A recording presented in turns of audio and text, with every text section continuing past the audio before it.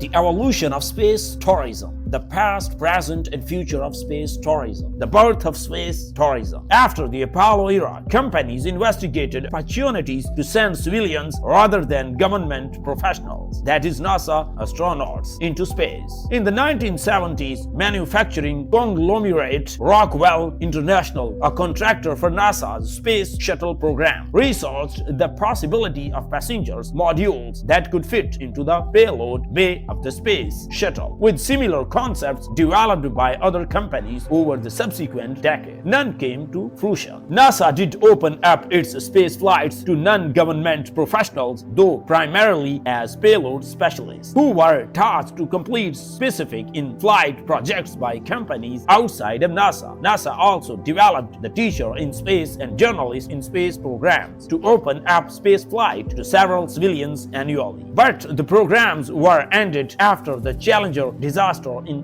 1986, which killed the first Teacher in Space participant, Krista McAuliffe. Along with her 6 crew members, the program was considered for a revival, but that too was ended after a space shuttle failure. This one, the fatal Columbia disaster in 2003. Space tourism finally became successful in 2001 with Tito's launch to the ISS. That trip was organized by a company called Space Adventure, which ultimately saw 8 other space tourists take trips to the ISS through 2009, each launched on a Russian Soyuz spacecraft. But these tourist flights ended after the retirement of NASA's Space Shuttle program in 2011, because the only spacecraft capable of human spaceflight at that time was the Soyuz. Every seat on every launch was needed for professional astronauts from around the world, and tourism was put on the back burner. Space tourism today. The method of flight varies by company. Blue Origin, for instance, launches vertically like most rockets, whereas Virgin Galactic flies a rocket-powered space plane that is launched from the belly of a carrier aircraft. While these two companies are the only suborbital companies cleared by the Federal Aviation Administration (FAA) for launches, both have already carried passengers to space. Other companies are preparing for lift-off. That includes space balloon companies Space Perspective and Worldview, which offer a far more leisurely journey than rocket-powered ascents, gently lifting passengers to high altitude in a high-tech version of a hot air balloon. Across all suborbital space tourism companies, prices range from approximately $50,000 to $450,000 per seat. Thanks for watching. Please subscribe our channel.